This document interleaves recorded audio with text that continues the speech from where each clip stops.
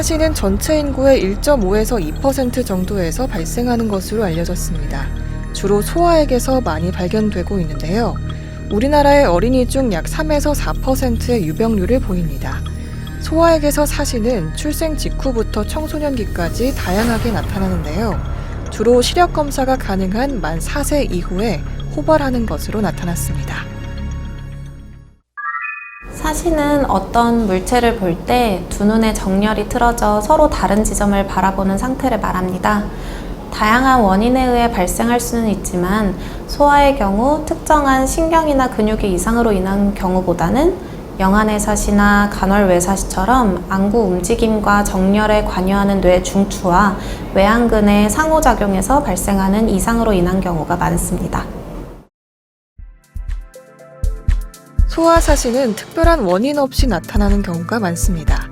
드물지만 선천백내장이나 망막 이상 등 눈 질환이 있거나 뇌 질환, 눈을 움직이는 근육이나 신경의 문제 등이 원인일 수 있는데요.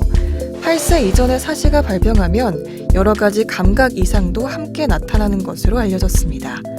소아사시의 경우 외적인 문제로 인해 정신적인 스트레스와 함께 사회생활에 어려움을 가져다 줄 수 있기 때문에 무엇보다 조기 진단과 빠른 치료가 중요하겠습니다.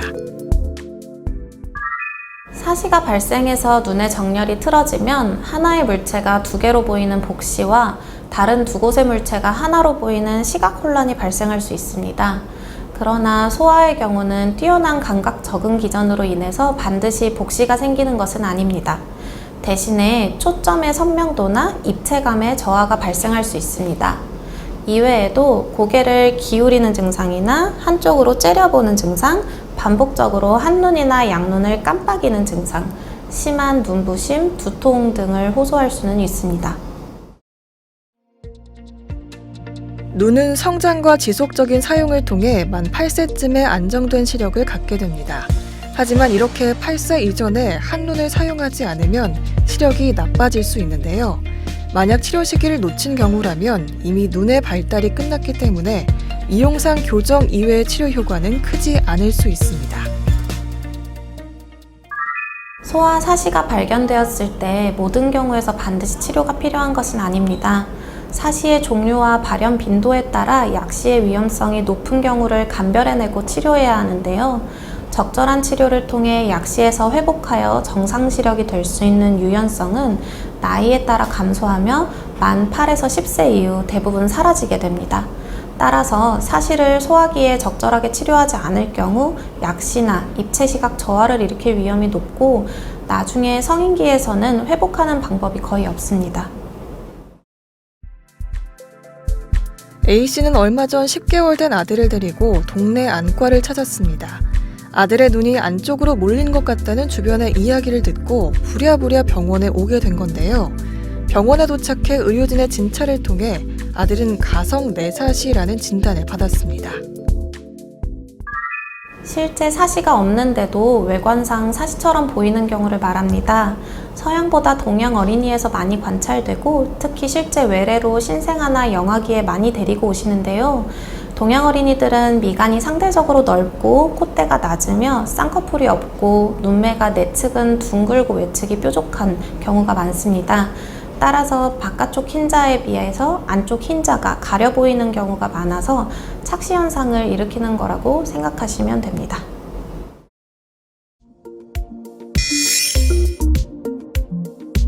사시인지 확인하기 위해서는 환자의 협조가 잘 되면 프리즘을 이용한 교대 가림 검사를 이용해 사시 각과 방향을 측정할 수 있습니다. 다만 협조가 잘 안 되는 어린이의 경우와 한쪽 눈의 시력이 약한 경우에는 불빛과 프리즘을 이용해 사시 각을 측정하게 됩니다. 더불어 입체시 검사와 안구운동 검사를 같이 시행하며 사시의 원인을 감별하기 위해 조절 마비하 굴절 검사, 안저 검사 등의 검사도 같이 할 수 있는데요. 특히 가족이나 친척 중에 사시나 약시 등의 가족력이 있다면 사시가 잘 발생할 수 있으므로 주의를 기울여야 합니다. 선천백내장 또는 망막모세포종 등 사시의 원인이 명확한 경우에는 그 원인에 대한 치료가 우선적으로 필요합니다. 그 그 외 일반적인 소아사시의 경우를 살펴볼 때 우리나라에서 가장 흔히 발견되는 간헐외사시의 경우는 간헐적이고 외사시의 정도도 컨디션에 따라 다양할 수 있어서 약시의 위험이 상대적으로는 낮은 편입니다. 따라서 수년간 충분히 지켜보면서 시력 교정이나 가림 치료를 통해 융합 능력을 높여주기 위해 노력하게 되고 최종적으로는 사시 수술을 고려하는 경우가 많습니다. 내사시의 경우는 항상성에 가까운 경우가 많고 약시의 위험도 높은 편으로 조기에 치료가 필요한 경우가 많습니다. 크게 굴절 이상이 원인이 되는 경우와 그 외의 경우로 분류해서 굴절 이상이 원인이라면 즉각적인 안경 처방이 필요하고 그 외는 수술적 고려도 필요할 수 있습니다. 사시 수술은 소아의 경우에는 전신 마취로 진행합니다. 보통 사시 수술은 안구 바깥의 눈 근육을 조절하는 수술로 비교적 안전한 수술인데요. 간헐 외사시의 경우 한 눈에 2개의 근육을 수술하기도 하고 양안에 1개의 근육을 수술하기도 하는데 수술 방법은 사시의 종류 등에 따라 결정됩니다. 정해진 나이가 있는 것은 아니지만 약시의 위험이 높고 안경이나 가림 치료처럼 보조적인 치료로는 위험성을 낮출 수 없다라고 판단이 될 때 수술을 시행하게 됩니다. 수술 후에는 완전한 회복을 위해 여러 주의가 필요한데요. 먼저 수술 부위에 물이 닿는 건 일주일 정도 조심하고 눈을 비비지 않도록 해야 합니다. 눈을 비비면 상처가 벌어질 수 있어 일반적으로 사시 수술 후에는 보호 안경 착용을 권장하는데요. 처음 2, 3일은 이물감 때문에 눈을 뜨기 힘들고 이후 눈을 어느 정도 뜰 수 있으면 일상생활에서 달라진 눈 정렬에 적응하는 것이 좋습니다. 특별히 예방에 도움이 되는 운동법은 없습니다만 눈모음 부족형 외사시의 경우는 멀리 볼 때보다 가까이 볼 때 외사시가 더 심한 경우로 눈모음 운동이 사시 치료에 도움이 되는 것으로 알려져 있습니다. 여기서 잠깐! 잘못된 의학 상식을 바로잡아 건강도 지키고 상식도 키우는 Yes or No! 간헐 외사시 수술 후 눈동자가 안으로 몰릴 수 있다는데 사실인가요? 그렇습니다. 외사시 수술 시 눈 방향을 올바르게 만드는 정위를 목표로 수술을 하게 되는데요. 수술 직후 미세한 양의 내편위가 발생하였을 때 장기 경과에서 오히려 외사시의 재발률이 더 낮다는 연구 결과들이 있어서 약간의 내편위를 목표로 수술을 하기도 합니다. 그러나 내편위의 양이 점차 심해지는 경우가 드물게 발생할 수 있어서 수술 이후 초반에는 자주 진료를 받으며 경과를 지켜보는 것이 좋습니다. 잘못된 의학 상식 깨치기 Yes or No 두 번째! 아이에게서 사시 증상이 보였다가 사라진다면 진료를 보지 않아도 되나요? 아닙니다. 사시 증상이 완전히 사라지는 경우는 드물고 간헐적 증상으로 인해 부모님이 인지하지 못하는 경우도 많이 있기 때문에 정기적 사시 전문의 진료를 통해 경과를 확인하는 것이 바람직하겠습니다. 시력 변동이 큰 어린아이들에게 소아사시가 발생하면 시력이 발달하는 것에 악영향이 될 수 있습니다. 하지만 아이들은 자신의 시력 이상을 자각하지 못할 때가 많고 시력에 문제가 생겨도 표현하지 않는 경우가 많은 만큼 보호자의 관찰과 배려가 필요한데요.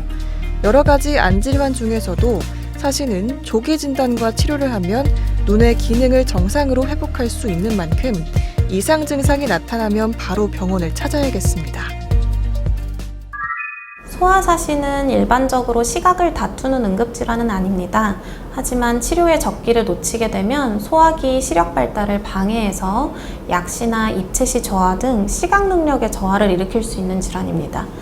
흔히 발견되는 외사시, 내사시뿐만 아니라 다양한 수직사시나 특수사시 등이 있을 수도 있고 원인 질환이 동반되어 있는 경우도 드물게 있기 때문에 사시 발견 나이가 어릴수록 주의해서 지켜보아야 하는 질환입니다. 특히 어린아이들의 경우 표현이 정확하지 않고 또 경도에 사시는 외견상 일반인이 알아보기 어려운 경우가 많기 때문에 조금이라도 의심될 때는 안과에 내원하여 확인해 보시는 것이 좋겠습니다. 아이가 사실인지 아닌지 알고 싶다면 평소 생활 속에서 세심한 관심을 기울여야 합니다. 만약 아이가 한 곳을 바라볼 때 머리를 삐딱하게 기울이거나 얼굴을 돌려서 옆을 보는 경우나 밝은 곳에서 한쪽 눈을 찡그리는 경우 등의 증상을 보인다면 빠르게 안과를 찾아 검사를 받아보는 것이 좋겠습니다. 메디컬 플러스 오늘 준비한 소식은 여기까지입니다. 다음 시간에 새로운 소식으로 다시 찾아오겠습니다. 시청해주신 여러분 고맙습니다.